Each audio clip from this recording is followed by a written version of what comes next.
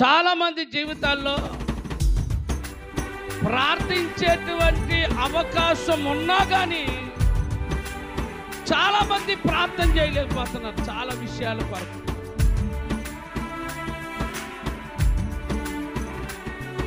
అర్థమైందా? ప్రార్థించే అవకాశం ఉండి కూడా కొంతమంది ప్రార్థన చేయడానికి అవకాశం లేదు అని బాధపడేవారు కొంతమంది ఉన్నారు. కొంతమంది విషయంలో అయితే ప్రార్థన చేసేటువంటి అవకాశం ఉండి కూడా చాలా మంది ప్రార్థనకి దూరం అయిపోతారు.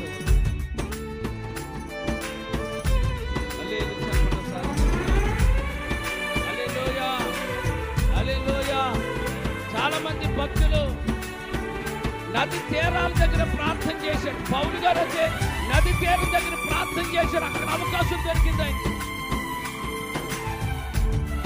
ఒక ఆయన అయితే మేడ మీద ప్రార్థన చేశాడు.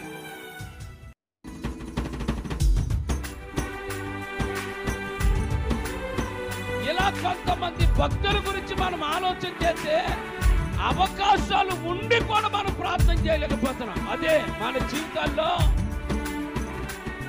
మనం అనుభవిస్తున్న ఈ దుర్భరమైన జీవితాలని పోగొట్టుకోవాలి అంటే మనలో ప్రతి సమయమందు ఆ సమయం కాదు, ఈ సమయం కాదు, సమయం దొరికినప్పుడల్లా ప్రార్థన చెయ్యండి అని చెప్పాడు పౌలు.